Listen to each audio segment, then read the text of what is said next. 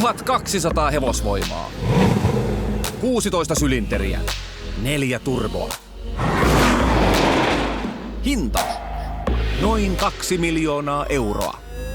Testissämme avoautojen kuningas, kaikkien aikojen voimakkain ja nopein Bugatti Veyron Grand Sport Vitesse Roadster.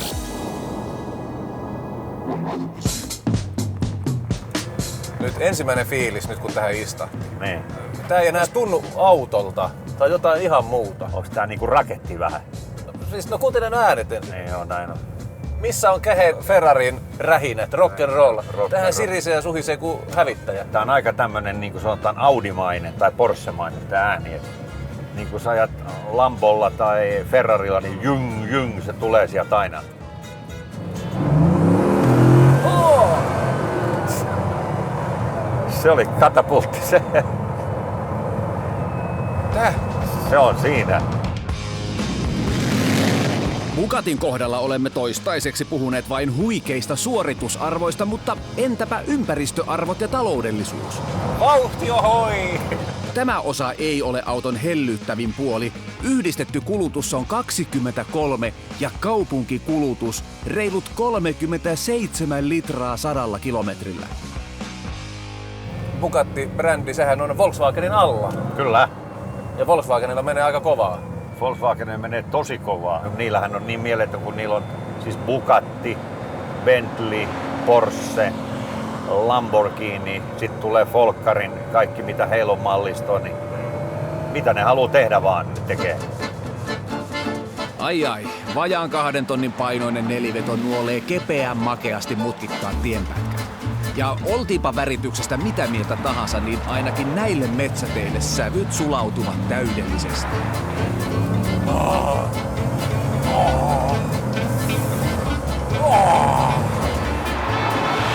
Mikä toi ääni on toi? Turbo.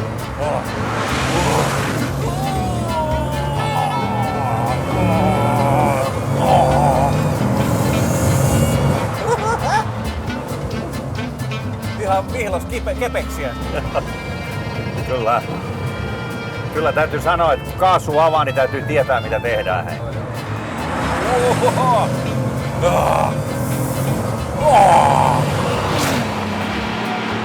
Markku Aleni tarjoama orgasmi. Joo. No niin, tässä kohtaa onkin aika hiukan vetää henkeä ja rauhoittua. Ennen kuin kruunaamme Bugatti-päivämme lentokentän kiihdytyssuoralla, saamme harvinaisen tilaisuuden tutustua autotehtaan tiluksiin hiukan tarkemmin. Ja juuri siihen mielenkiintoisempaan rakennukseen. We are here in the atelier. That's where we are producing all the Bugatti Veyrons. And there is only 25 workers who making the assembly per hand from every car. Siis ei robotteja, ei moottoriöljyn tuoksua, ei trasselitukkoja, vaan tarkoin ohjattuja ja aikataulutettuja työvaiheita huippuammattilaisten käsityönä. So here we have only the last 2 months of the assembly of the car, because 3 months before we have to order every part by the suppliers.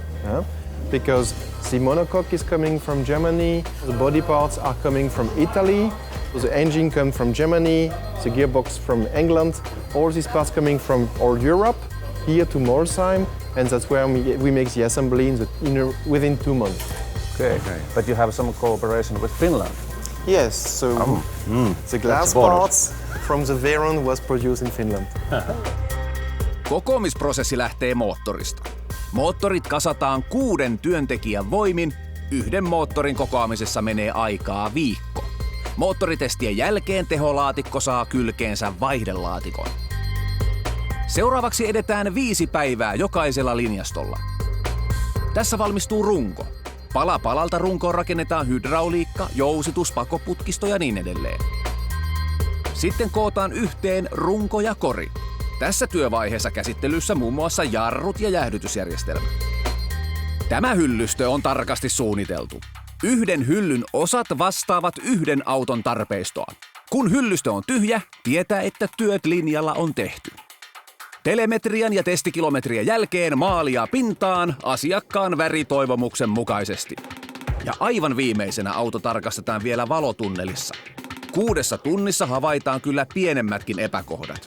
Ja kun tämäkin vaihe on läpäisty, on Bugatti Veyron valmis asiakkaalle. And how many Bugattis coming per year here in out in your factory? About 40-50 cars a year. 50, yeah. Yeah. Okay. Veyronin seuraajasta on puhuttu jo paljon. Huhujen mukaan Bugattin uusi 1500 hevosvoimainen superauto nimettäisiin entisen kilpaajajan Louis Gironin mukaan. Tehtaan johto oli asiasta vielä varovaisen vaitonainen. Don't worry, you will see, you will not be disappointed. Okay.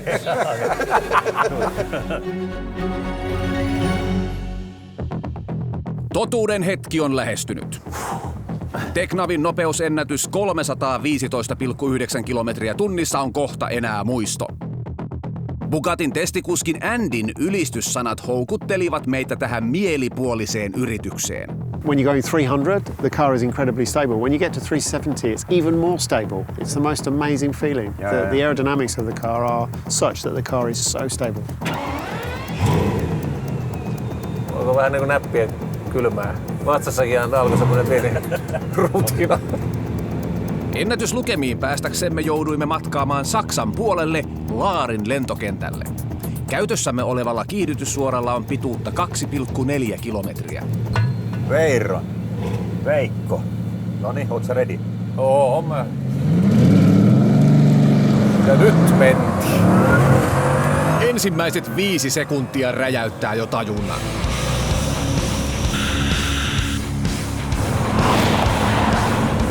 Kats 3,5 nyt. No, kädet ylös vaan, tää. 8-litrainen 4 turban voimanpesä puhaltaa tehot pihalle yllättävän pehmeästi ja ennen kaikkea huomaamatta. 250 ei ole näissä karkeloissa mitään. Eikö se aika mieletön toi? Hirveä lähtö. Siis vauhtisokeushan tässä on se vaarallisin ele. Joo. Mut mietipä sitä, 250 sä voit nostaa melkein niin kuin rattimiehenäkin kädet ilmaan. 200 voi nostaa kädet ylös ja tää menee silti suoraan. Tätä kyytiä kestää hädintuskin vielä toiseen suuntaan. Tässä on vähän semmonen, kun Hornetti lähtee varmaan, niin poilla on sama fiilistä.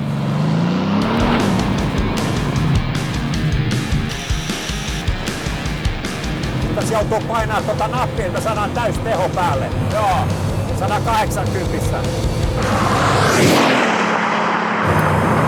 Näin. Käsittämättömät voimat painaa miestä nahkapenkkiin ja korvat menee lukkoon ihan kuin lentokoneen kyydissä. 7-portainen laatikko vaihtaa sulavan huomaamattomasti. 4 mennään vielä 240.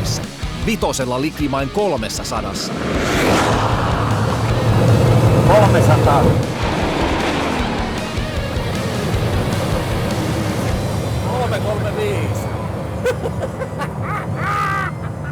Ja todettakoon vielä, että brosyyri tarjoaa 100 kilometrin tuntinopeuden saavuttamiseksi huippunopean 2,6 sekunnin nautinnon.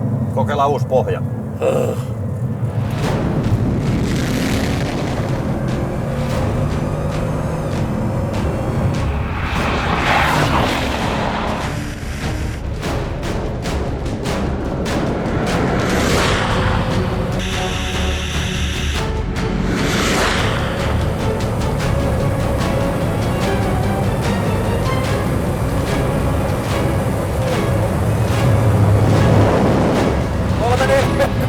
Joo, nyt loppu.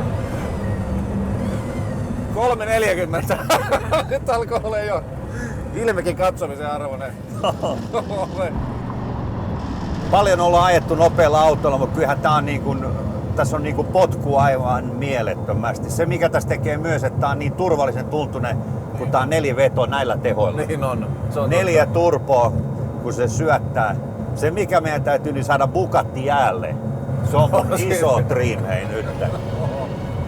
Siis tämmönen, joka tän ostaa tämmöisen auton ja se avaa tällä kaasun märällä tai vähän niin kuin normaalitiellä, niin mä nostan todella hattua. Mä uskon, että jos näitä on nyt tehty joku 400 kappaletta, niin ei moni ole avannut kaasua koskaan tässä täysillä. Säilyimme ehjinä, sekä miehet että auto. Näin erikoislaatuinen kuvausmatka vaatii sulattelua ja pitkään. No niin, auto on palautettu omistajilleen. Kyllä. Mutta olo on siis niin kertakaikkisen hämmentynyt. Joo. Mä en nyt oikein osaa luokitella tätä pyssyä niin kuin samaan kategoriaan nyt esimerkiksi LaFerrarin tai Lambo, joo. Niin. Joo, tää on ihan, että onhan tuo ehdottomasti rajuin auto, mitä millä me ollaan ajettu, mutta se, että onko se paras, niin se on asia eri. Juuri. Tuo on hyvä kysymys. Niin. Mutta kokemus mieletön, että en mä sano mitään, että jos me tästä vielä lisätään puhtiin, niin mihin se päättyy? Kiitos Ranska. Kiitos kyydistä. Merci beaucoup. Kauheeta oli. Okei, Ei me enempää kyllä Teknavista nyt pysytä parempaa tässä kohtaa. Että lähdetään kotiin.